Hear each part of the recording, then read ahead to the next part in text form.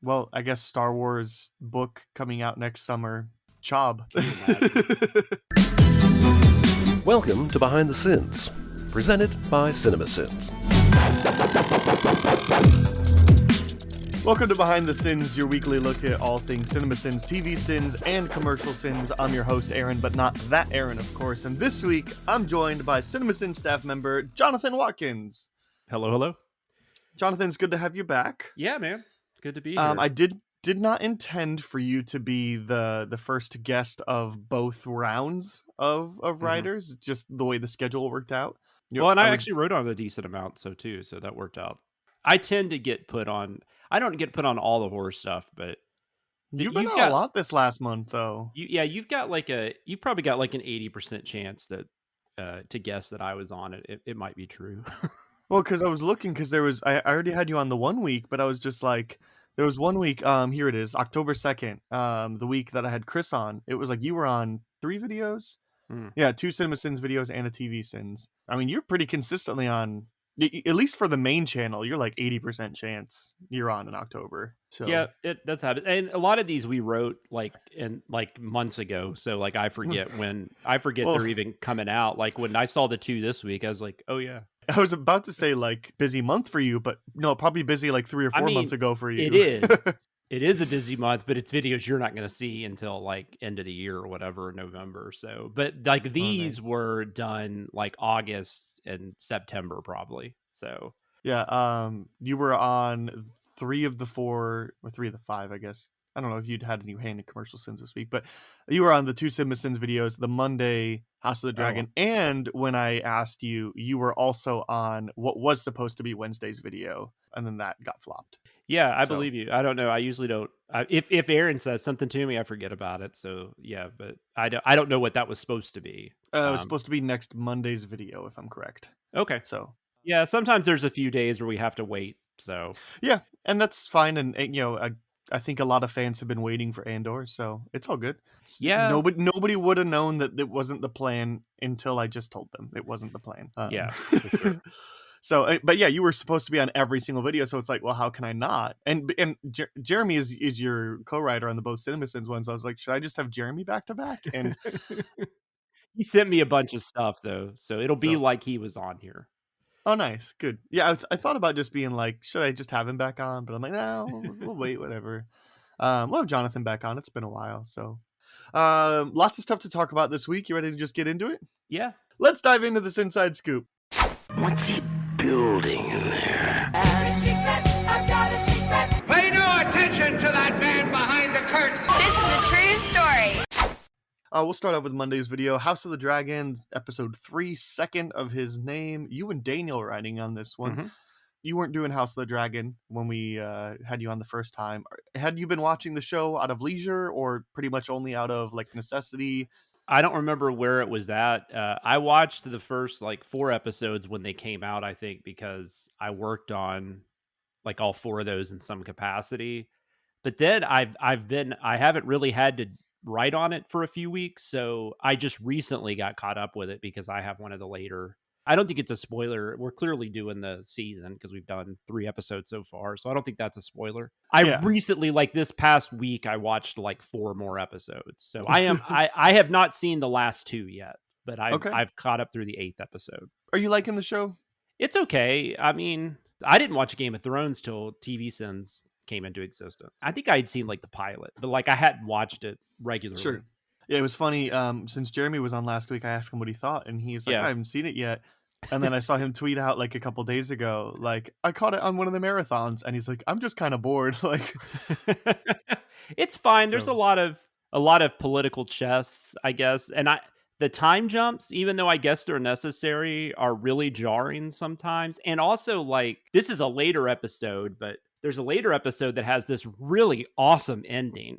And then it's 6 years later when the next episode starts. And you're like, I would have actually liked to have seen some stuff that happened in between. Because it's like, all of a sudden, this person is back in this position. Like, well, how did that happen? Like, so I don't know. That stuff kind of bugs me sometimes. I also really liked the 2 actors. I don't remember their names that played the younger Rhaenyra and Alicent.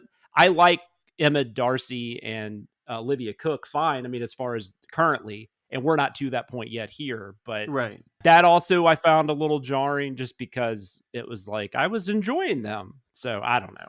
It took me a while because I really liked young Rhaenyra, Yeah, Millie Alcock. I she's really great. Yeah, liked yeah, her. yeah. And I'd never seen her in anything, so No, I don't neither know have if I'd I. seen any really other than Patty Olivia Cook. Considine. I mean, Olivia Cook, I knew for sure. Yeah. Emma Darcy, I knew the name. I knew the name that they used. I knew their name, but I had not seen anything they'd been in, which I just assumed I had because that name sounded Sure. familiar. But I guess I just heard it mentioned because when I looked at their credits, I didn't recognize anything. But we're talking about stuff that comes later in the series and not this episode. Right. So sorry That's about fine. that. No, it's okay. You're only on once every 7 weeks, so we don't really get to do this. So like that's fine. I have no problem like giving thoughts on current state of things. I've seen the whole Yeah. season. I like it. I liked it more and more every episode. I just think if you're gonna watch this season, I think the best way to watch it is just to understand that this season is kind of a false season because it's really more of a pilot episode or a pilot season. Yeah. Especially when you see the finale and you see how it ends and you're like, okay, so like you kind of like you said, they're just playing chess. They're getting the board set up Mhm. and they've moved around the pawns a little bit now, and so it's like now when season 2 starts moving, they can move their kings and rooks and knights and all that. It's like Yeah. that's kind of how it feels to me. Yeah, I that makes sense. Even not having seen the last couple episodes, I assumed it was going to be something like that because I can tell there's a lot of ground to cover for the last couple episodes. So I didn't know what they were going to do. This has been renewed, right? Oh yeah, it was. I remember now. It was renewed after episode 2. Overall, like I like it. I feel like Matt Smith has gotten a little neutered the last couple episodes, and I'm hoping he has more to do in episodes 9 and 10.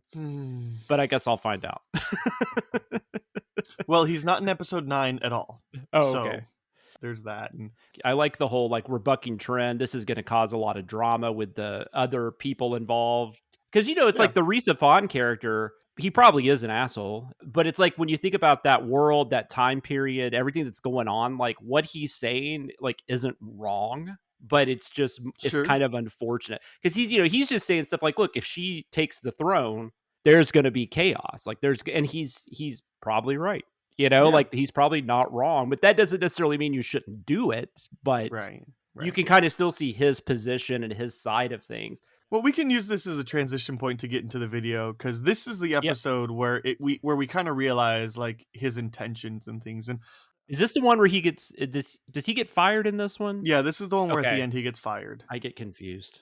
because he speaks out to the king and he Yes. says specifically And- like Aegon should be the next heir, and they're like, well, Yeah, and we also have that sin that like foreshadows him getting fired. The whole like he wouldn't get fired over this for sure. Yeah, so I Right. remember now.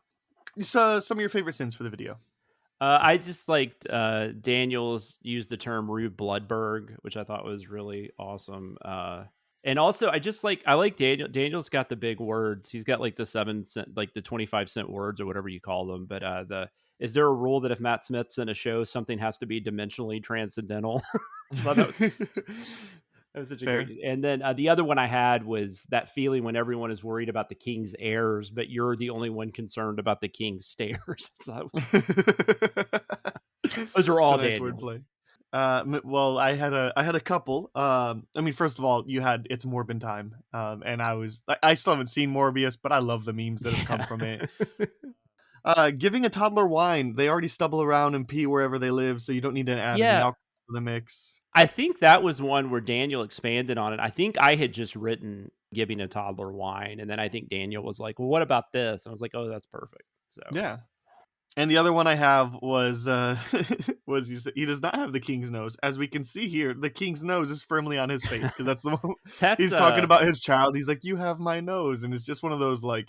That's something I just felt like I think I wrote that one, but Aaron's narrator that just was something that like he would say, like Right, and it's one of those like obviously and Mhm. clearly the narrator doesn't believe it as well. It's just him yeah. being a troll. Oh yeah, absolutely. so- No, that's super trolly. That's the only ones I wrote down for this video.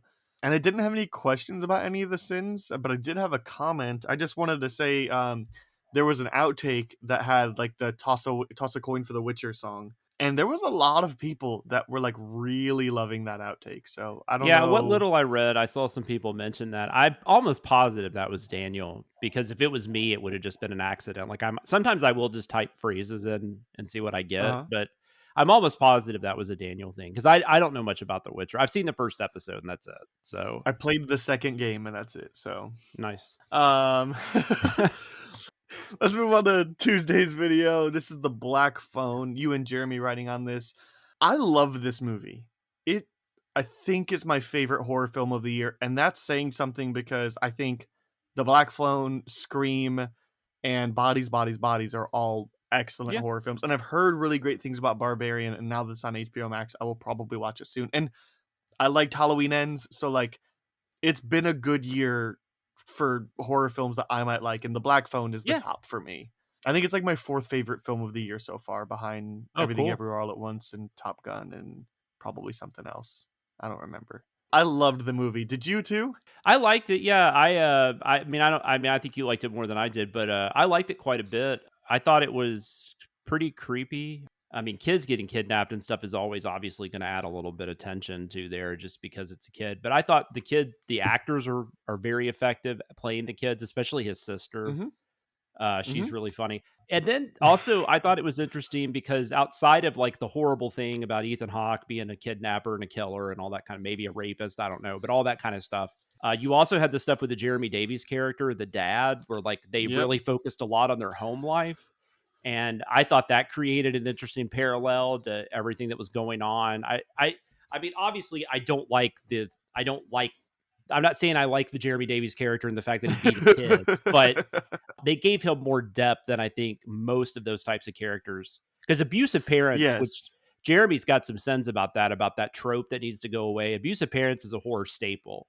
But I felt like in this one, there's that stuff where he actually helps his daughter go look for him. He finally starts believing her. And I think he believes her from the get-go anyways. He just doesn't want what happened to his late wife happen to her. He doesn't want external pressures. Yeah, he doesn't want want people to think that his whole family is crazy. Yes. When the whole town already thinks his wife was crazy. And there's nothing okay about what he's doing, but I do like that the movie digs into why he's doing it versus just this guy's awful, you know. Yes. So yes, overall I liked it. When I actually had to send it, and that was the second time I watched it because I'd seen it in the theater, I definitely did start to notice some things that, you know, like the phone itself doesn't make a lot of sense. And I don't know that it has to, but like, you know, the movie goes back and forth with what the ghosts can do and what they can't do and stuff like that. So there's always stuff there that you can find to kind of nitpick at, which is all we're doing. But I think overall the movie definitely works. There's just something about Scott Derrickson's filmmaking. I mean, both aesthetically and he really seems to nail like character pieces and motivations, and he really seems to nail like when there is a spiritual element of it. He really seems to nail that kind of stuff, you know, like it's based on a Joe Hill story, which Joe Hill is Stephen King's son, for those that don't know, and pretty good writer in his own way, in his own right. I bought the book. I know it's like a piece in a collection of short stories. It's not the whole thing. They renamed it The Black Phone Stories. Yes, I have that too. I didn't own it before that, so I just bought it like that. It's good. There's a lot of good stories in there, but The Black Phone's a good story, and they pretty much follow it. Like it's pretty. I think they add a couple kids, but other than that, you know, it's like a 26-page story or something, and they did a pretty good job turning that into a feature-length film. A lot better than some people have with like other short stories by like Hill's like Shawshank Redemption and stuff like that, you know. Yeah. No, one of the I guess I'll start the Sins video by just saying I could tell that at least one of you liked the movie. I get the feeling that Jeremy did too, and I think you have some thoughts from him. I know he did overall, but he did kind of like I was talking about. There were just things that bugged him about the phone specifically. But I think overall, he thought it was better than most films like this. So well, and there seemed to be, I think there was 5 sin removals in the video. Yeah, and like they were all like warranted. They were all great. I mean, the one was just like where she just goes like, "What the fuck, Jesus?" and it's just ha ha ha ha, and it's sin removal. It's great. That's the best like moment because you're just like, here's this little girl that is communicating with Jesus. And she says what we all want to. Yeah. Jeremy went on to say what he sent me. He said he thinks she should be nominated for supporting actress. I thought that was funny. Look, it definitely any of the awards that have like a young actor award. But like, why not? You know, she was probably the best part of the movie, and I really liked the main kid as well. I thought pretty much all the kids were casted well, and they played well together, brother and sister. Like they seemed like brother and sister, and so all that I enjoyed that for sure. Anyway, there's like 4 or 5 different sin removals. Some of them just being like I think there was one for the mask at some point, like on the Then design. maybe, and then we took a send off for the what I already talked about, just Yeah, the yeah, Jeremy Davies character. That scene where I think him and his daughter are trying to figure out what happened to his son. So yeah. Why don't we hear from what Jeremy had to say first? yeah, so he mentioned a few. He said just once I want Jeremy Davies to play the super ordinary guy that works at the grocery store. He's talking about the Sen as Yeah, a yeah. produce manager and collects vintage class baby bottles and has a girlfriend named Mary Beth or Cindy. That was very funny. The sense he wrote about the people sleeping while maintaining a solid object, like they were just holding on to this object all night. Which I don't know if that's not possible, but it was just so funny as much as and it did feel like something that would probably irritate the narrator. He mentioned a couple that I wrote. The kids are watching Davy and Goliath on TV. Subtleness, thy name is not the black phone. And then he talked also about how he got really interested in like the floor eggs. He said the eggs they just really bothered him. So he kept sending stuff about the eggs. He said that also played off some sins he wrote about eggs in the Karate Kid video. So that was some of the stuff he said. Oh yeah, and then the thing about the brother. He thought the brother was like an interesting character that they didn't use enough because like he had the murder board and all that stuff, and it's like Yeah. they didn't really give us enough into his like who he was. But I don't know that they needed to. But I'm just saying that was something that I bugged thought for Jeremy. sure that they were trying to cop us out because there's the transition when we first meet the brother and he's talking about all these things, and then the camera just goes down and it shows Finney in the basement. Yeah. I interpreted that as a creative transition, not a Yeah. literal Finney's in the basement. And so I thought they were trying to red herring that, Oh, well, they were definitely. I mean, I don't think at first you're supposed to think that he's there, but I could be or at the wrong. very least that he would wind up coming in to help and save the day in some regard, not just be a joke. Especially with the tone of the movie, it's a very grim movie. It's a very tense movie. It's very like white knuckle and very Mhm. serious. And then that character is just not. So it kind of sticks out a little bit. Whatever. Yeah. You're the one that killed the others, Bruce, Robin. Bat phone. Great sin. Yeah, that's a Jeremy thing. I don't know what that thought process. I just don't even know what that was. That was hilarious. All I wrote down was "Hello, Officer Stupid" because it was the whole like the officers would never believe. Like, how desperate do these people have to believe that some girl's dreams, like some little girl's dreams, of because like this is legitimately stupid. Like the police would not take that stuff Well, and seriously, and it's like they get up so fast and run because it's like the only potential lead they have or whatever, and it's like that's first of all, these police are bad detectives if that's all they have. But it's just like, how does that phone conversation even go? Hello, Officer Stupid. Yeah, I'm that little girl that's dreaming about things again, and I think they may be in this vague house in this vague street. Like, yeah.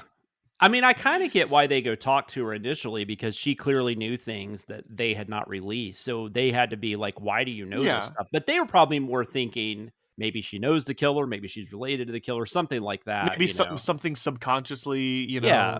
But then something like she overheard that she just didn't yeah. process. And then they just take a 180 and they show up at her house like later, like, can I talk to your daughter? And it's just like, I have a hard time buying it too. Psychics have been used and, I mean, that there's definitely things like that have happened. And it is hard to believe how quickly they react to what she's saying, I guess. I do agree with that. Well, and especially get that many units out there. Like if maybe the detectives just go and investigate first, and then they'll call if they need people. But yeah, no, that does seem a little like overkill. Like because if that's not true, those detectives are probably going to have a lot of egg in their face. So, some sins that you had. I like Jeremy calling the cut to the dissected frog masturbatory. I thought that was really funny. I like the simple stuff. I love the one where it just shows Finney trying to jump to look out the window or whatever, or catch the bars, and the sin was just being bad at jumping.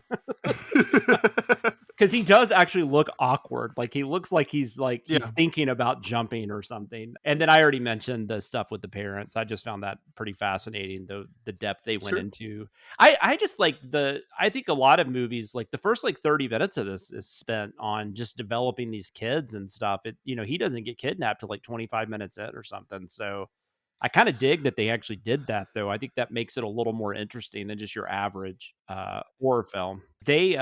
They seem really tough. Like Bruce is like a big kid. He's a baseball player. He hits home runs. off these pitches that this like 11-year-old kid would not be throwing, which I love that we send that. There's so much movement on that ball. Ron is the kid that helps defend Finney from bullies in the bathroom. Yeah, he's the one Okay. that talks to him about like Yes. Enter the Dragons, his like favorite movie, or Texas Chainsaw Massacre. Yeah, he was or like whatever. Native American, right? Yeah, I think Yeah. at least part, if not At full. least part, But yeah. so Okay. yeah, so those are tough kids, and they still get Yes. kidnapped, and so it's just kind of it makes it seem more threatening, I guess. It does, yeah. You wouldn't think the killer would go for like the Bruce Yamada. You'd think he would go for the You're right. Finney is a generic weak person. or weaker. I mean, he's a scrawny baseball looking- player, but he yeah. doesn't look as He's like, a pitcher. Yeah, that's true. Yeah, Making Jeremy seeing time from an Inception was great. That was- I'm sure that he was, did that himself. I love Yeah. writing with Jeremy because when he writes something like that for himself, he'll put something funny in the narrator like we have a narrator instruction on our sheet, and I think he wrote in there like, "You wrote this, kid. Do a good job," or something like that. It's good because like Jeremy has been singing like pop songs and classics and things like that. But, Yeah. like I don't know if people even notice that, but we have like no music. If we have music in our video, it's stock music. It's not music from the movie usually. yeah, That's been going on for a couple years now. And there's YouTube and rights reasons and stuff like that. The boring stuff to go into, but yeah, but he will occasionally like, so he does sing more now, but you're right. It usually is more like a song as opposed to just doing like a score, but Right. It's always funny whenever he does it. I have one more sin and one question. The sin Yeah. is you spend so many years invisible, then every kid in the state knows your name is an excellent line, but it doesn't make much sense here. And man, it's one of those that it didn't bother me because I thought that line was great when I saw it in theaters. And then, because there's like 3 or 4 sins building up to this on how the ghosts don't really make much sense because like they don't really know their name. But then, Yeah. when Finney knows their name, they're like, sure, I guess. And like they're able to remember Finney's name. So it's like how none of this really makes much sense. And so then when you tack on the line, you spend so many years invisible and then every kid in the state knows your name.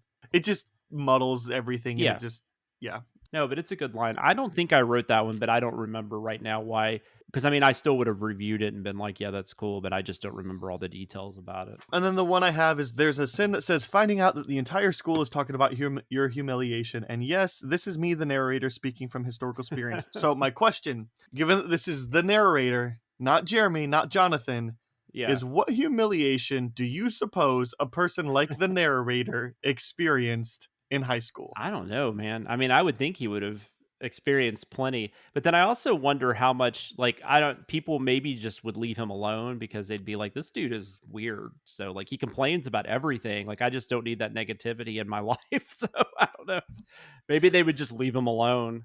But the narrator is also like so prideful and so like unashamed true. of what you think. That's like, true. He wouldn't just let you leave him alone. Yeah, that's probably true too. You're probably right. He would probably make it really uncomfortable and just keep on going. I don't know. I don't have an answer. I just wanted to see if there was like a clever, fun, maybe something we could come up, some traumatic gotcha. backstory for the narrator. I don't know. Like, would he send class? Like, I just don't even know what he would be doing. So. Send the teachers. Yeah, exactly.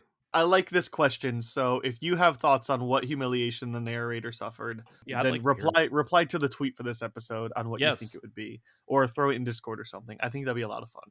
I'd agree. So Wednesday's video then, Andor. This is an Aaron and Ian script, the pilot for Andor. Have you seen the show yet?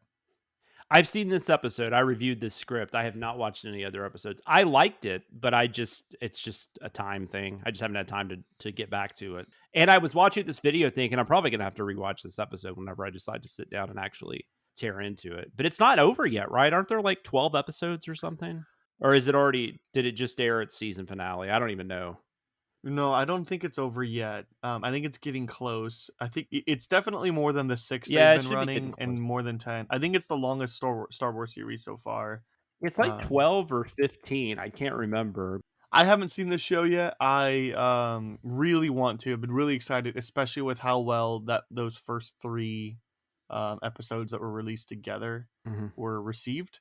And I'm a big Rogue One fan. It's my, I think, 3rd favorite Star Wars movie. I know a lot of people that say that. That's cool. I need to watch it again. I haven't seen it since the theater. I liked it, but I don't know. It's just I've heard a lot of people say that recently, so like I need to check that out again.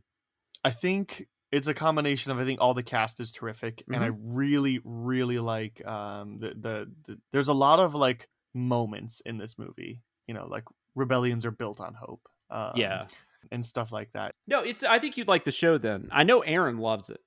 Yeah. I don't know if he still does, but I know like the first 3 or 4 episodes, he was telling me that he was really into it. So I It's definitely just a want to time check thing it for out. me as well. And I hope so, because I liked Mandalorian. I did not like Boba Fett, which I don't think that's like speaking. I mean, I don't think many people liked Boba Fett.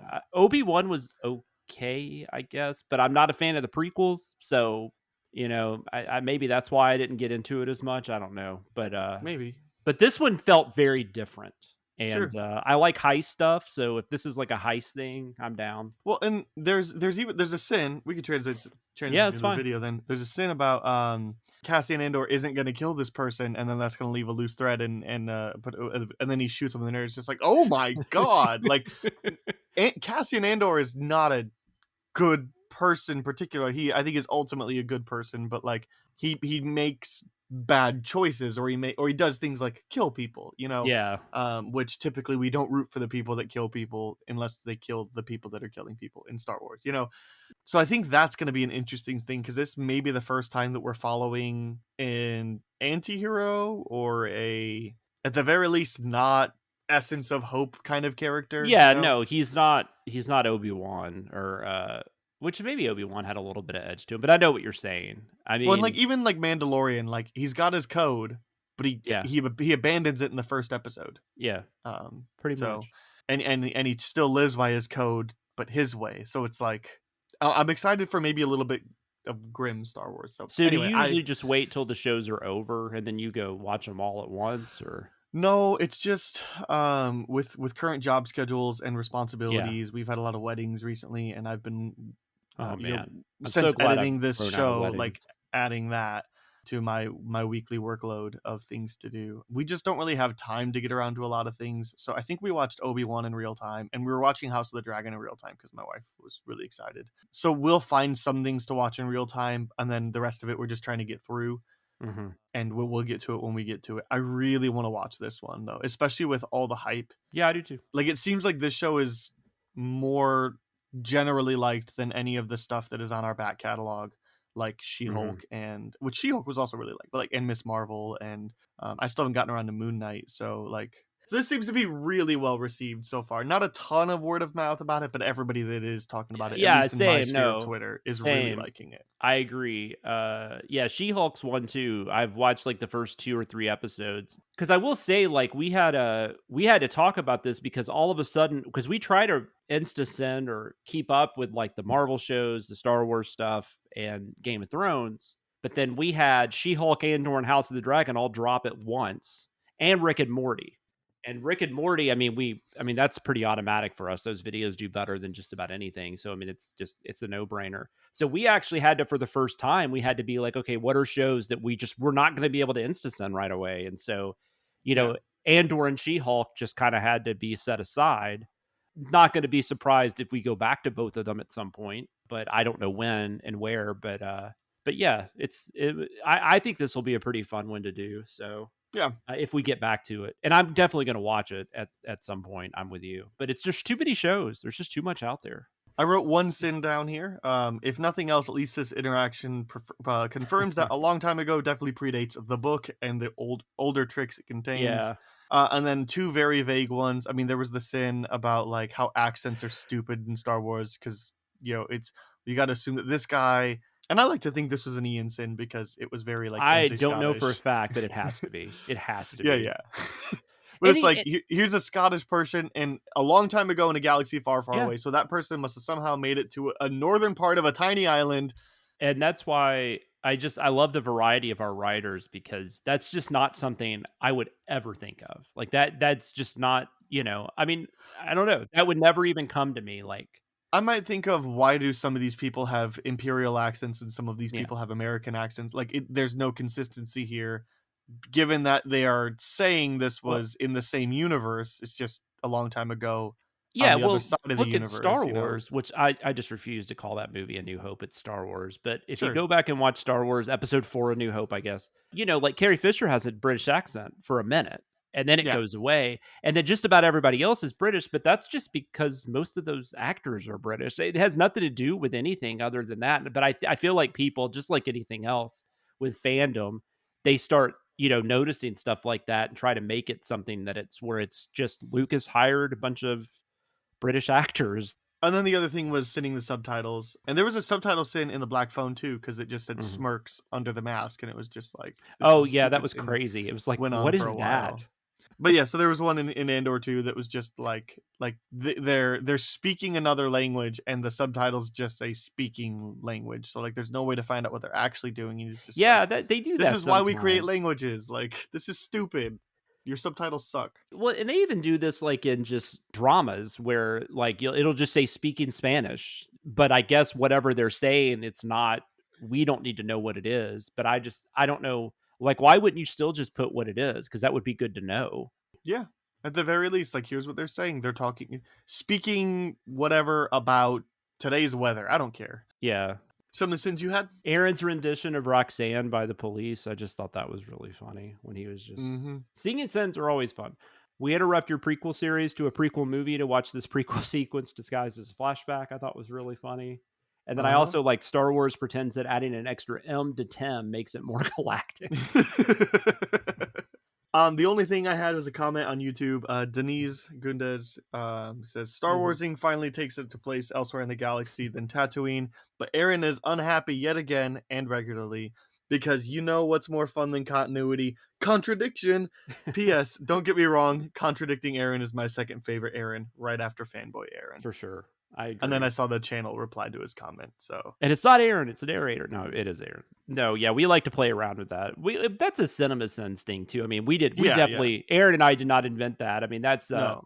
You complain about something and then one of the sequels or whatever does something correctly and then you complain about that. I mean, that's a pretty common thing with us. So right. Aaron did send, Ian didn't send me anything. Aaron sent me a couple things. He wanted me to mention the Andir sin, which is like one of the shows it of the title. And yeah, the title card that looked stupid. I don't know why he wanted me to talk about this. So what happened was Ian and him wrote like I don't know if it was Ian or if it was just Aaron. I don't know who did this, but there was like 3 or 4 follow-up sins to that where it was like a running thing where they just kept calling him Andir.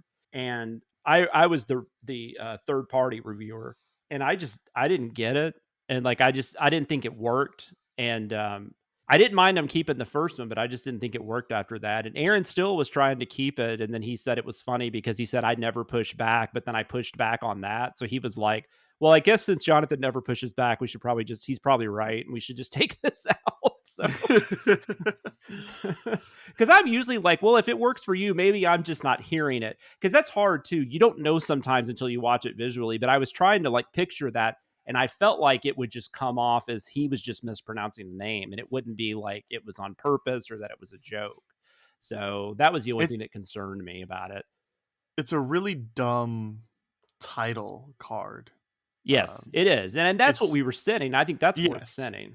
But I just didn't know if him was saying Andir for the rest of the video would have like come off as anything other than we just don't know what we're doing. Or we felt like not going back and changing it after it was said wrong. He also wanted to mention that he did actually do a lot of research into the name Chob. He wanted to know if that really was like when they said like in the name of Chob or whatever, and so like he wanted to see if that actually was like a Star Wars deity and he could not find anything on it. So, which is weird because there's like a trillion Star Wars books. Yeah. So I don't know. That's just what he said. Well, I guess Star Wars book coming out next summer, Chob. Yeah, exactly. Nice. Or another prequel series coming out next year or whatever. Who knows? Anyway, Thursday's video is The Lost Boys. You and Jeremy again, as I already mentioned up front. This is a movie I'd never seen, and I don't think I want to. I know it has a reputation. I used to just not be like, this isn't my kind of movie typically. I just feel like it has cult status at this point to where it's like, if you really like this kind of stuff, then you'll really like it. But I don't really like vampire stuff. Yeah. I don't really like this era of this isn't really horror. Like I don't even know what is this genre. Like It's very 80s. it's kind of horror. Well, it's It just it's horror with a budget. I mean, so like fair. that sometimes ends up because it's kind of like is Zombieland a horror movie? I don't know. Like, I mean, It's a zomcom. I really don't like B movies. Like I don't like movies that are Mhm. intentionally like shot like unless they are like shot because they could only get 20,000 in funding or whatever, like Clerks. I don't like Yeah. movies that are intentionally going for a B movie vibe. Yeah, this movie was huge though when it came out. I don't know, like I don't really know what the reputation it has now. I've always enjoyed it. This came out when I was 11 though, so this was like a perfect movie for an 11-year-old. That feels Uh, right. Yeah. but it's so like I can't honestly I don't know if it's nostalgia, but I do still genuinely like the movie. I think it's fun. I think Jason Patrick's pretty interesting because he's a really good actor, and it's not the type of movie you would normally see him in. So I think he probably adds something to it. I do kind of enjoy the mystery. I will say the one thing about this movie though is you walk out on such a high note because the last line in the movie where where you find out the grandfather knew the whole time that there were vampires is one of my all-time favorite last lines in a movie. The one thing I always couldn't stand about San Dimas, all the goddamn vampires or whatever he said. That's a really great last line. It is. And that character, and then Jeremy even noticed, and I've never noticed this, even though I've seen this movie tons of times. I even got that 4K that came out recently. But Jeremy noticed like there were subtle hints that like he knew when the head vampire, they don't know he's the head vampire at this point or that he's a Yeah. vampire at all. But when Max comes over, like grandpa immediately goes to his workroom and closes the door. There's just stuff like that. Like he just makes comments. I'd never noticed that before. I'm like, that's pretty interesting. It also kind of makes him more of an asshole though. Cause it's like, why wouldn't you have told your your daughter and your grandkids Right. about this? But Yeah. I don't know. Especially it's like fun. it's now a very direct impacting thing. It's Yeah. not just, oh, there are vampires around. It's like you're dating a vampire. But it's kind of one of those things like I would recommend it, but I totally get what you're saying. And I've known a decent amount of people, including Chris, who did not see this movie until they were an adult and did not like it. So maybe it Mhm. is one of those things. It's better if you see it as a kid and like Mhm. Scream and stuff Mhm. where they say it almost looks too slick. Yeah. It doesn't feel as like, grungy and grimy as like Texas Chainsaw Massacre or the original Halloween. So I get that too. Uh, Sure. but for one of these kind of like horror action comedies, whatever you want to call it, I think it works better than most. Yeah, I mean, I would watch like if they wanted to reboot it. I think that's been kind of passing hands every now and then. Like I think, and it's also Lost Yeah. Boys. Obviously, it's a Peter Pan thing. I mean, it's a Peter Pan reference. There's Yeah. this definitely like kind of a loose remake of Peter Pan, like if it was vampires, I guess, instead of pirates. Well, I wrote the most sins for this video. The running gag of the flaming trash cans just killed me because the first one I wrote Jeremy down, wrote that too when he wrote to me about that. That was almost all him. It really bothered him. well, I think there was already at least one or two instances of flaming trash cans, and then the concert happens, and the sin Yeah. says, "I've never been to a concert with flaming trash cans on stage. Does it make the sound better?" And then there's like 3 or 4 more sins, and then the other one I wrote down was Michael's only lived here a few days, and even he's already learned that Santa Clara is all about trash can fires. Yeah. Well, and that's supposed to be I mean, Santa Clara is made up, but and Yeah. we send that too because there is there's like a St. Clair or something, but there's not like a Santa Clara, but then it's actually supposed to be like another place like Venice Beach or something, I think is what it's supposed to be kind of like. makes So sense. so maybe the burning trash can thing is a thing there or was then. I mean, I can say I've never been to a concert with burning trash cans either. I don't know. Yeah. I thought that was funny. What is some of the other stuff that Jeremy had to say that since he also knows the flaming trash can? He said he did not think it held up super well, but he said the music and the general vibe / tone are still on point and it's still really enjoyable. He talked about how that whole thing really bugged him about the guy pulling the door off the car, whereas it really should have probably been like he got detached from his arm because he's saying the guy being pulled away would not make the guy stronger. So like, how would he pull that door off? So he mentioned that a little bit. Yeah. The Batman number 14 line bothered him because he said, if there are only 5 in existence, they should be laughing at this poser for thinking he might find one on the Santa Clara boardwalk. Well, and then wasn't it like a scene later, like they say that their family's really poor? Like if Yeah. there's 5 in existence, that comic Yeah. is worth like $1 million. Like Yeah. Yeah, and I guess I never noticed that either. Their parents, I guess, are behind, or there's these two stoners that are always sitting behind the counter at the comic book shop, and I had never noticed that until this viewing. So I assume that's supposed to be their parents. He mentioned the burning trash cans. And then he talked about that scene he wrote it where the line was like, "How far are you willing to go, Michael?" And then he said, "I mean, Mm-hmm. with you or with her?" I guess second base either way. I wrote that one as well. It was great. And then he wrote down, he was talking about me comparing all the blood that was shooting up from the pipes and stuff. Where we're comparing that to like Johnny Depp being pulled into the bed in Nightmare on Elm Street, and then like this geyser of blood just shoots up. That movie still scares me. But yeah, that's all I had.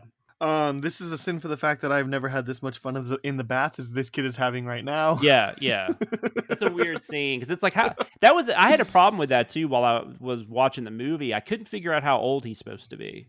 And this is like a common 80s thing, actually. Like like kids are kind of just treated like, I just feel like adults that were writing these weren't really thinking about the age. They were just like, Yeah.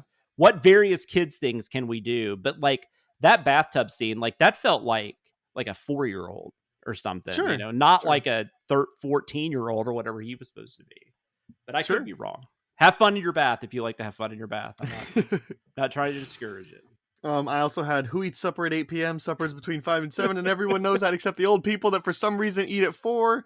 And yeah. Which I felt seeing because my wife and I eat a lot of the time, like especially on the weekends, man, we'll eat at like 4 or 4:30. It's like, why not? Because of my work schedule, Yeah. and my wife's at the moment too. She has to get up a little earlier than I do, and I just work nights sometimes. Or like I'll get off of a shift at like 4:30, Yeah. having not eaten anything all day. So like we eat at very inconsistent times. Yeah, And yeah, before I we was do working too. this job, like when I cook, I severely underestimate the amount of time it's going to take me to Mhm. cook. So we're frequently like I'm starting something and I'm like, yeah, this should be ready at like 6 or whatever, an appropriate supper time. Yeah. And then it's like 9 p.m. and I'm like, I didn't know that it had to marinate for 3 hours. So I'm sorry. We're eating like right before you have to go to bed. Like, It happens. And then the other thing I wrote down was this sack of apparently like 300 garlic heads, because like where on earth do you even buy that? The only thing I can think of is a pizza factory that hand makes like garlic bread and garlic in their crust and stuff, like Mhm. like an authentic place. And even then, like that's still a lot of garlic. So that's silly that he was able to get such a giant sack of garlic, because Absolutely. Yeah, that was You're a right, that's- Jeremy thing. I never would have thought of that, but Jeremy's like, there's no way. He's like, somebody who buys garlic. right. A lot of times you can find stuff wholesale, but it's like you could probably find like at Sam's Club or Costco like a 20 heads of garlic or Maybe, something, yeah. but not like 500 like there were there. I'm lazy. I get my stuff like pre-done. So like I know that I've ever even You bought buy garlic the cloves. minced garlic already Yeah. in a Yeah. can. Yeah. I used to, and I still sometimes use it depending on the recipe, but I always have garlic heads as well. Yeah. Some other stuff you had from the video? No, that was it. Cool. Well, that'll take us to Friday's video. I didn't have any like questions or comments or anything. Yeah. Very, very low week of questions for me, but that's fine. Commercial Sins, Friday's video. This is apparently an ad for Nissan Thrill Driver. This is all right. So last week and then at least this week, there's no writer credit to give. Could you explain a little bit of that? Some stuff just got combined. It was like a couple different people working on the same commercial. It just happened to happen. So we just went through and like combined, and like then I rewrote some stuff. Chris rewrote some stuff while he was narrating. So it just kind of ended up being everybody kind of got involved, or not everybody, but a few of us. So because there was only 14 sins, I wrote down one. well, it's fine. It's her car, dude. She didn't give it to you. In fact, did you remember to fill up the tank before returning it? This ad is awful. It is, and I didn't remember it either. It was a Super Bowl commercial, but I guess I just missed it. But yeah, I like Eugene Levy too. Like I think Me Eugene too. Levy's very funny, and of course he's pretty, I guess, more popular right now again because of what was that show? Schitt's Creek. Schitt's Creek, yes. So yeah, I wrote down kind of the same thing. I just enjoyed all the like just pointing out how inappropriate Eugene Levy's being. That's pretty much the entire video. Yeah. Is that he just kind of takes over the car as his own and is just kind of buck wild with it and not being very nice to his friend Brie Larson. So, and also like this is a common problem, especially with a lot of the commercials that wind up getting sinned, is it doesn't make me want to buy that car. Like, if I No. think that somebody's gonna, like, if I'm gonna let a friend drive it and they're gonna become an asshole and get mad when you get your car back, like, why does somebody want to buy this car because of seeing this commercial? Maybe they're like, "Ooh, that car looks really cool," but they're buying it because the car looks really cool, not because of anything else in the commercial.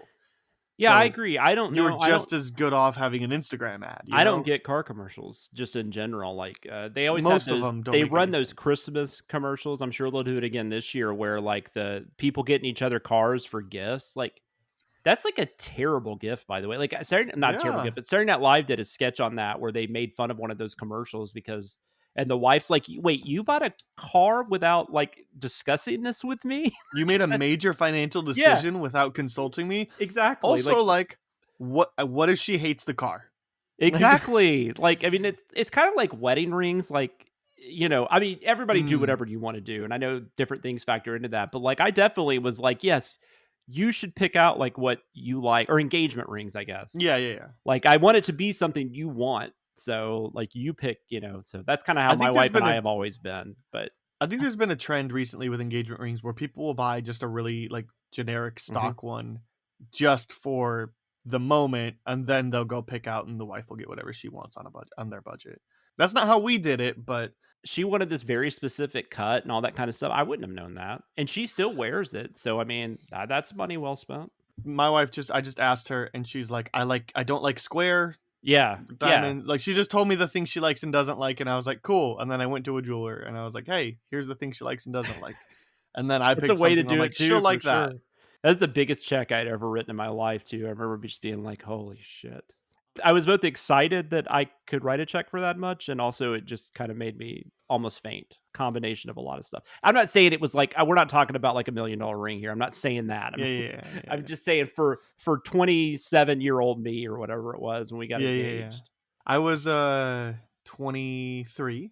I was in graduate school, and so I financed a ring through a company that was going to be paid off within a year. Like, I got a really good discount because I was friends Yeah. with the jeweler, and she got this like one that they're Yeah, like, we that don't really make helps. the yeah. So like it was worth triple what I paid for it. I wound up getting a refund out of like graduate student loans that then I just paid the whole ring off like a couple months Nice. later. And now those loans are getting forgiven. So Nice. the government bought my wife's engagement ring. Anyway, Oh, that's awesome. Anyway, Saturday's video, the Re-Sin. This is the Avengers video, as I teased on last week's BTS. I want to start off with this first thing. Chris and Jeremy writing on this. Hmm. So when this first video came out, this is one of the first videos Yeah. from the It channel, was just though. meaning it was just Chris and Jeremy. So what was the decision like to have both of them on this one again, Yeah. as opposed So to somebody who wasn't on the initial video? So which Chris sent this information in, so I guess it's fine. Sure. So this was a video. So we're doing a bunch of these recent videos, but the majority of them we're writing currently, like we wrote in the last couple months or whatever. This was one though we had already done a recent on in 2020. It was just for Patreon members. It was a Sin Week exclusive that year. I guess they just decided. I don't know why they wrote on that time, because all these other resends that we've been doing, some of them have been them writing on them too, but some of us have gotten to write some stuff as well. I can't remember what's actually been released already, so I don't want to give any Chris away that aren't already out. It's Frozen and Batman Begins, and so that was Chris. Yeah, was like I on wrote on Batman Begins. Yeah. Right. This, and then Frozen was Aaron and Danae. So this is the first Jeremy Yeah. on a resend. So I don't know what because I don't remember the other videos we were doing that week. So I don't know if it just worked out to where it made the most sense for Jeremy and Chris to do it, or if they wanted to do it because they had written on the first one, so they would kind of be tackling like what they wanted to put back in there and all that kind Sure. of stuff. So Chris said that they just decided to do it for Patreon members in 2020. He said he didn't remember much about the writing process, except we now knew so much stuff about the Avengers and where Marvel was going with it that it allowed for some fun retrospect scenes, such as the end Mhm. credit stinger Mhm. about Thanos courting death, which suddenly turned into, well, let's kill half the population so people can get on roller coaster rides easier. And he said, at least that's what I got out of Thanos by the end of Endgame. So, but so this is one that we just didn't feel like the need to rewrite since we had just done it 2 years ago. So, and they were the ones that were on. So this is the same video just from Sin Week 2 years ago. Yeah, it's the same video that was released Got it. 2020. The only difference, I don't think we were doing subtitles yet, so maybe that got changed. Like I know there's subtitles all through this, and that's what they were. That's why I wasn't. There was some issue with that, so that's why I was telling you I wasn't positive it was going to be Saturday's video, but then it worked out. So Got it. I think that's the only thing that was updated was like subtitles, and then I think they put the new intro on it and everything. So Yeah. stuff like that. But the Okay. video, the body is. Modernize the format, but yeah, the sins are the same. Exactly. Okay, and I forgot to watch it, so I don't have anything to add. Sorry. that's okay. I just I'm not used to these Saturday videos. me neither, man. Me neither. So some of the sins I had then were this is way more Fast and Furious 4 than I think they ever intended. And then there's a there's a really long scene about like Hawkeye says, "I'll take care of it," and then he cocks his bow, but he's like still in Loki's presence. Yeah. And then they sin the fact that he does that. He's like, "This would be like asking a judge for a warrant, cocking your gun, and then reholstering it, and then providing reasoning, and then waiting for the judge to get it, and then you go and you finally pull out your gun." It's like this is so stupid. And then they like I don't remember specifically what we got into, but I remember in Hawkeye on that show, they went back and showed this scene, and then they just put in like it was from what's her name's like perspective, the Haley Steinfeld. It was her Kate character's perspective, and I remember we sent some of this again just because it was But anyways, go ahead. There's something about Tony Stark like bugging Shield and all that, and he says, "In a few hours, I'll know every dirty secret the Shield has to hide." And so he says, "Yeah, except who killed my parents, and that Shield is now Hydra." Yeah. Again, that's one of those like hindsight things. Exactly. Amazing. And then Jesus, Hulk alone should have been responsible for the Sokovia Accords. Maybe Sokovia wouldn't have happened if there had been a Manhattan Accords. Don't they say that they've taken everybody out of the city, but there's still got to be people there. Like they couldn't have popped. Oh, there's still tons of people there. Yeah. When they make the Sokovia Accords, they do like reference Manhattan as well. They reference a lot of the big destructive places. But the sin stands. Like absolutely. How is there not any sort of reform after this event? And also, I remember Jeremy got to like go back and tackle his gravity and space stuff, which was like one of the first. That was one of the first things I guess we got a lot of shit for was Iron Man falling through space, and so that was I do remember Jeremy had fun going back to that. So yeah, and we talked about that a little last week. So nice. Yeah. Okay. So that is all I had for the video. So let's dive into our next segment, Behind the Sinner. So tell me about yourself. We're all sinners. Every one of us. And what happens to sinners? Get to know each other better, you know? See, Daddy, sinners have soul too. The information, it's too much. Walk away, Mark. Just walk away. Okay, so round 2. I have a couple questions. I courted Discord to see if they could help me out with deciding what questions that they wanted to hear answers to you guys from. So Nick, I have 2 questions from Nick and a game from Joseph. Nick wants to know, is there a previously released Sins video that you wish you could have worked on?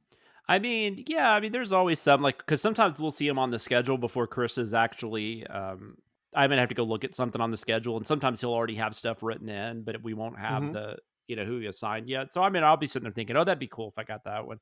I remember Con Air was one, which that sounds silly, but that was one I just remember when that got announced. I was like, oh, I hope I'm on that. And I wasn't, which is fine. I mean, I was on other stuff that was fun, but I just remember thinking that was just a movie I'd seen like so many times. And it's kind of one of those movies I'm surprised at how many times I've seen it because I don't even know how much I like it, but I just think that would have been. And then there's stuff like before I came on, like I think the Expendables movies would have been fun to send. Yeah. Some of those earlier, like Iron Man, would have been fun to send. Stuff like that I wasn't even around for. But Back to the Future would have been a lot of fun. But yeah, Con Air was the most recent one I could think of. I have a Con Air Blu-ray that I've seen once, and I was like, this movie isn't really good, but I kind of like it, but I don't really. And so sometimes I go back and forth, like, do I want to put this in my to-sell pile? And I never do, because there's just enough stupid in it that it's kind of fun. Okay, other question from Nick is, what is the Sins video that you're glad you didn't have to Um, tackle, or a film that you hope won't get scheduled if it's ever you won't get well, scheduled on if it ever gets sinned? I don't know. I've never heard anybody mention this, but like if Human Centipede got sent, I would be scared that they would put me on that just because it's a horror movie. Chris has mentioned it maybe once because he thought it was probably would do well, but he's like, but I just don't know what we'd have to blur and all that kind of stuff. But that's what I've never seen, and I don't want to watch it. Like it's just one of those, like everything about that movie just sounds like stuff I would not enjoy. You never know. Never say never. I mean, but Right. would not want to watch that movie. As far as what musicals, I finally had to do my first musical because Jeremy and I did Sweeney Todd? Sweeney Todd. Right. Or no, that was, or maybe that No, was that me, was and, Ian. me and Ian. Me and Ian Ian. did Sweeney Todd. So that was the first time I'd had to do a musical, and it was as difficult as I thought it was because we can't play the music. So then you Yep. start having to write a lot of sins, like, we wouldn't dare play the music, but this is what they say. And so that's just, I don't know. It's like you have to kind of work your way around things that you don't really have to do as much in non-musicals. So just from my brain not exploding, I'm not like gunning for the musicals. I'm not like, yes, let me do this. But if I get assigned one, I mean, I'll make it work. It's a fun job. Yeah, it's got to be like it's so complicated. Like to me, Yeah. my answer would be like Knives Out because it's so like intricate. Yeah, and that was one. There's so much good about. I Was love that I think- movie, but I wasn't. I was okay with not being on that because that's mysteries are kind of weird too sometimes. Okay, so then we have a quick game of three sins and a lie. Okay. This is from Joseph on Discord. All right. He sent me 2 options. So Jonathan, would you like to try to take a guess on the fake sin from the Draft Day video I wrote on that. or from Top Gun? Oh, Draft Day, because I actually wrote on Draft Day. So Oh, that's no fun. I don't know that I've seen the Top Gun video. I don't know. I don't know that I've watched it. If you want to do the Top Gun, I'll try that one because I still know. I know what Ian and Dan. Now let's do Top Gun. That'll be interesting. I'm more curious if I know that. Maybe you can do the Draft Day really quick. But I was like, it's not fun if you wrote on the script. Well, what's sad though is that means nothing because I wrote that script so long ago. I mean, I have a hard enough time figuring out when I'm watching a current video who wrote what. But let's do Top Gun. You're right. Let's do Top Gun. Sin number 1. Also, he seems like someone who would know this information already, but hey, some people get promoted past competence. Number 2 is, although there are technically no laws prohibiting fishing in the Indian Ocean, overfishing is a real problem that we as a society need to tackle. So instead of cooking the fish, Goose should really... Oh, he's using a metaphor. Sin number 3 is, wow, from Top Secret to Top Gun, whoever cast this guy is a real genius. And sin number 4 is, well, I guess I won't be needing Goose anymore. All right, so I know Daniel and Ian wrote this, but I think Chris wrote on it too. So that Top Secret sin actually could have happened. Because if that was Ian or Daniel, I don't know that I would have bought that was something they wrote. But Chris could have written that because he loves Top Secret. And he loves Real Genius, I think, as he should. You had 2, what were the first 2? They started off with the same word, right? Although. The first one was also, but... Also. He seems like someone who should know information already, but hey, some people get promoted past competence. So that's number 1. Is JC... Who did this? Was it JCD? Yep. Does he write the fake sin? He writes the fake sin. All right, I think the first one's the fake sin. That is incorrect. The fake sin was, well, I guess I won't be needing Goose anymore. That was maybe my second possibility. Hilarious. I think that sin might have happened. I don't know when the video released, though. That sounds like something we would have done. Yeah, but I wonder if it was before Guess I Won't Be Needing This Anymore as a running gag. Like that's. Oh, no, it was well after that. Because, I mean, this was Ian and Daniel. This was their first script. I feel like they've been doing the Won't Be Needing That Anymore since before I was even on board. I could be wrong. I just didn't know when the Top Gun video released. So Top Gun's original release date, I think, was 2020. Or maybe it was even 2019, and then it got pushed to 2020, and then COVID happened. I feel like this movie was done, like this script was done sometime in 2019. Like this is a really long gap, just because the movie kept getting bumped. The Maverick kept getting bumped. So that's what this was supposed to be. So I know it was Daniel and Ian's first script, because they weren't even technically writing with us anymore. I didn't know them yet. Like we were reviewing what they could do. So I think that was after that, but it was a few years ago when this was written. But good job, JCD. You got me. Woo! All right. We'll save the draft day one. Maybe I'll use that in a future video. That's fine. Yeah. Our future podcast. And then a quick conversation about something else. I wanted to know, we're recording before Halloween, but this episode will drop after Halloween. So just, you have any plans? Do you do anything special for Halloween night? Have you done anything kind of leading up to Halloween? I don't know. Like I mean, I probably do watch more. I don't know that I watch necessarily more horror movies in October, but I will watch stuff like, I guess I try to like watch stuff that like has more to do with like capturing like the spirit of Halloween, or is like more fun to watch. Like Halloween to me is kind of fun. Like I don't really consider it like dark.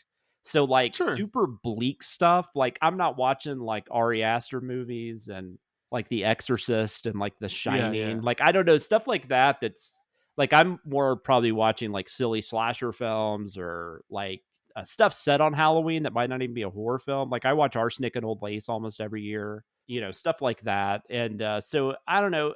My daughter doesn't watch as much the last couple years. She hasn't really been as into it. When she was younger, we would watch a lot of like of the older like Halloween specials and stuff like that together. She still doesn't really get that into horror movies, although she does every now and then. She'll randomly ask me something like, you know, do you think I'm old enough to watch this? And it's usually no. So I don't know. My daughter still trick or treats. She's probably going to do that for another year or two. So I go out with her. I was going to ask, is she old enough that she like goes out with other friends? I mean, she does go with other friends, but usually my wife and I just go out too. I mean, and partly that's because that way we're not at home having to hand out candy. Our neighborhood has got a lot of kids in it. So like the couple years I've handed out candy, I've literally just been standing up for like 2.5 hours because it's just a lot of kids. And then I think people bring their friends. So there's like even more kids that don't live in the neighborhood. Oh, you live in the good neighborhood with the full-size candy bars. All right. I've never given out full-size candy bars. I think some houses do. But we go out, and usually we go out with some of the other parents that we're friends with. And you know, my wife might have a cocktail or something, you know, that kind of thing. So that's usually what we do on Halloween. But we go to the pumpkin patch every year. That's kind of become a tradition because my wife, there's like this thing. It's where you see how tall somebody is, a measuring stick that's there every year. And so my daughter's gotten one every year since she was like her first Halloween, which she would have been 4 months old. Nice. So we've had a picture every year. It's just been kind of fun. Cute. So stuff like that. But and then I also do, there is a marathon. We have an art house theater called the Bell Court in Nashville. And if people that came to Sin Week last year, we actually had a day in the Bell Court. So some people have gotten to go there, but every year they do this thing called 12 Hours of Terror. And it's from 10 p.m. to 10 a.m. And that happened last weekend. So 2 weeks ago after this, probably from when this airs. Where it's like a Saturday night and you just get there at 10 p.m. and then they show 7 movies between 10 p.m. and 10 a.m. And I've gone the last 5 years and I've made it every time. So I don't know how.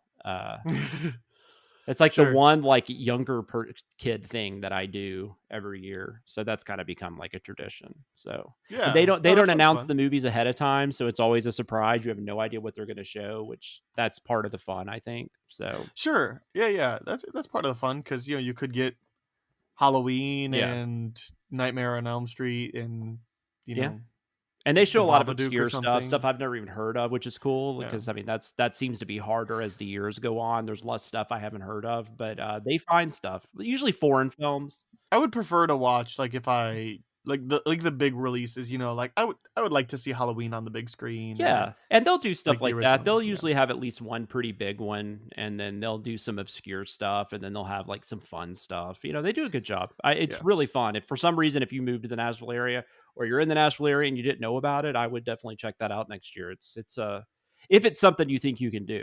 Sure. And it's not that expensive either. I think it's like $30. So it's great. That's great. Yeah. Yeah. And I think my theaters locally are showing, there's one in a town about 20 minutes away from me that is showing Halloween every night at 7 p.m. Oh, nice. The original.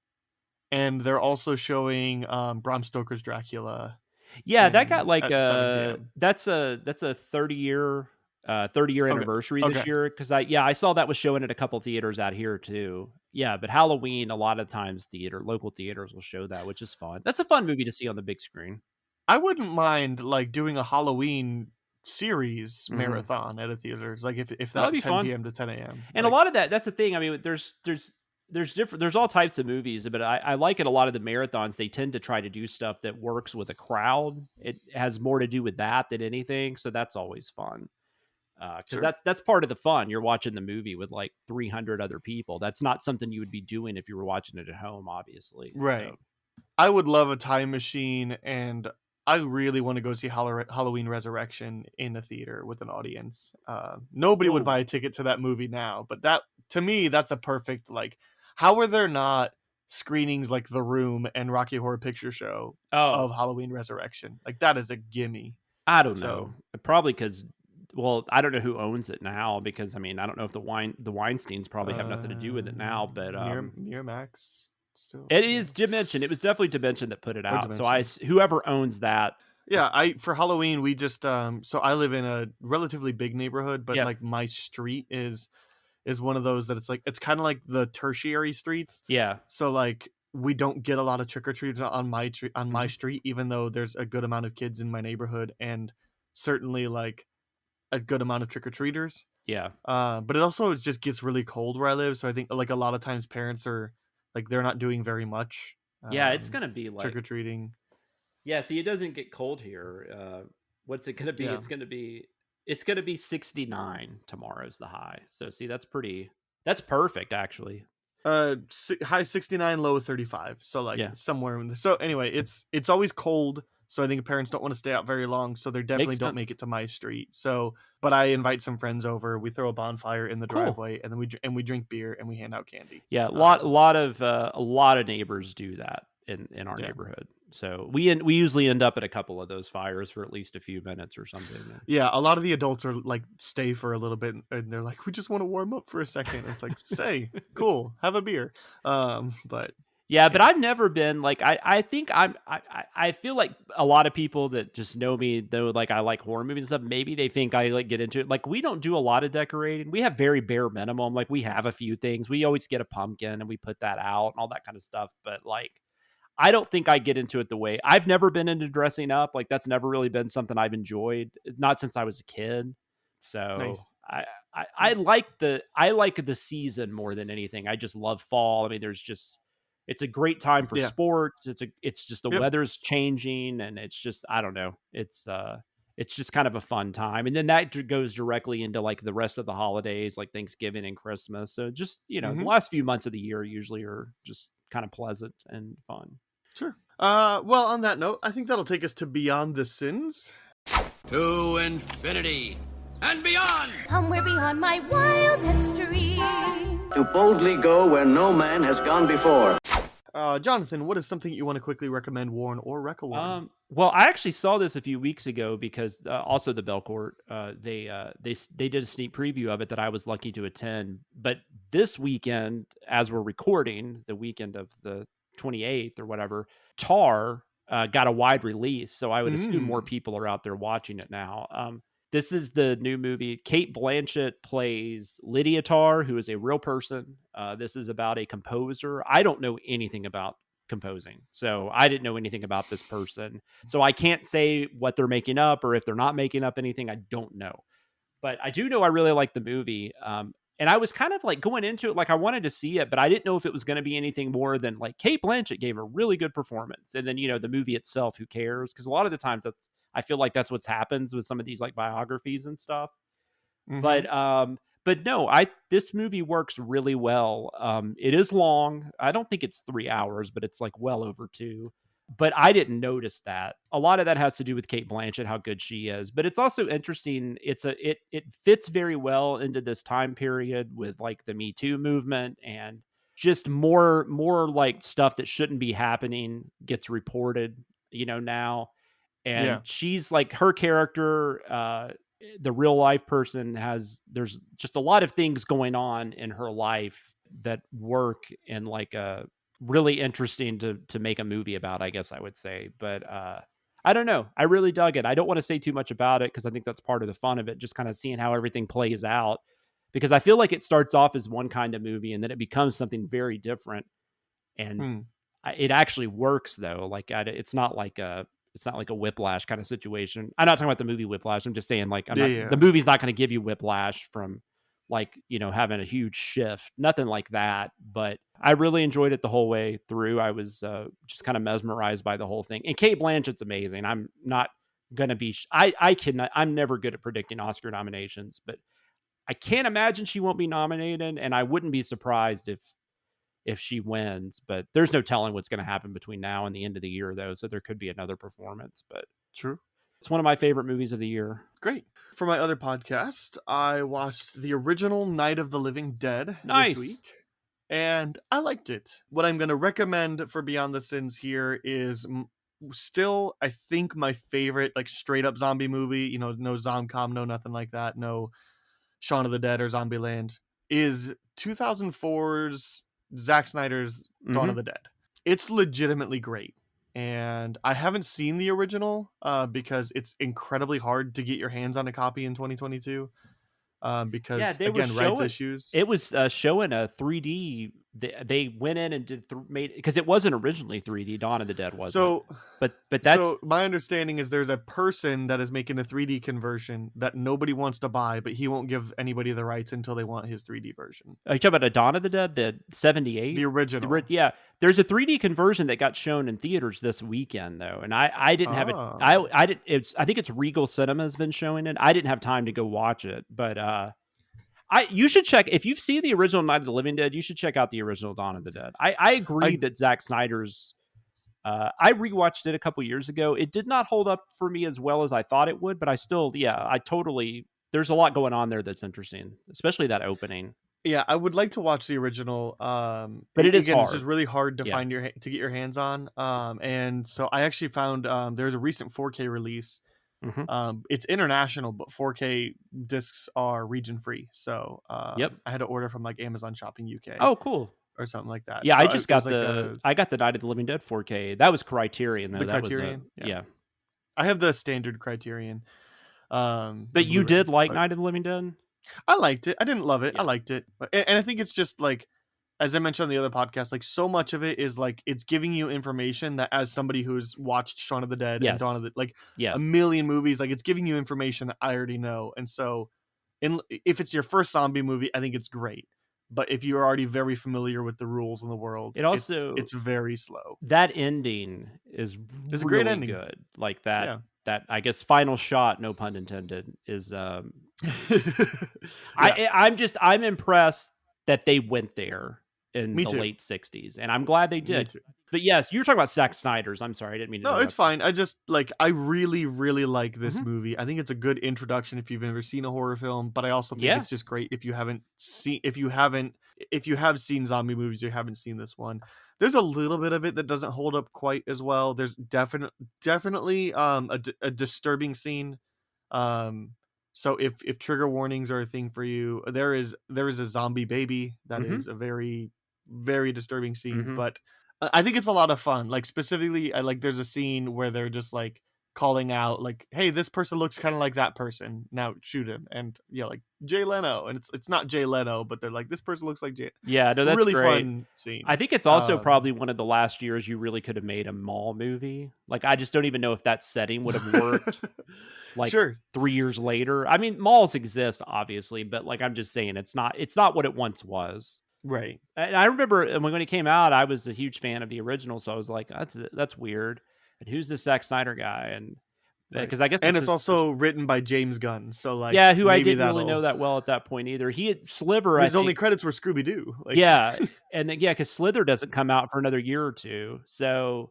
But yeah, you're right. Slither, Romeo and Juliet, Scooby Doo 1 and 2, and then Dawn of the Dead. Well, that'll do it for this week. Thanks, Jonathan, for hanging out. Of course. It's fun to catch up after 7 weeks. Yep. So we'll do it again at least another 7 weeks. Yeah. And any place you want to send people to talk more about, I don't know, whatever you want to talk about.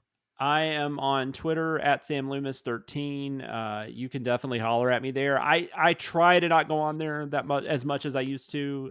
That's just, I'm on there enough to where like I'll get back to you in a day or two. I'm also on Letterboxd. Just look up my name, or you can go to my Twitter handle and click the link there. Those are really the only two places I do anything that's like outside of just talking to my family or something, like on Facebook. But yeah.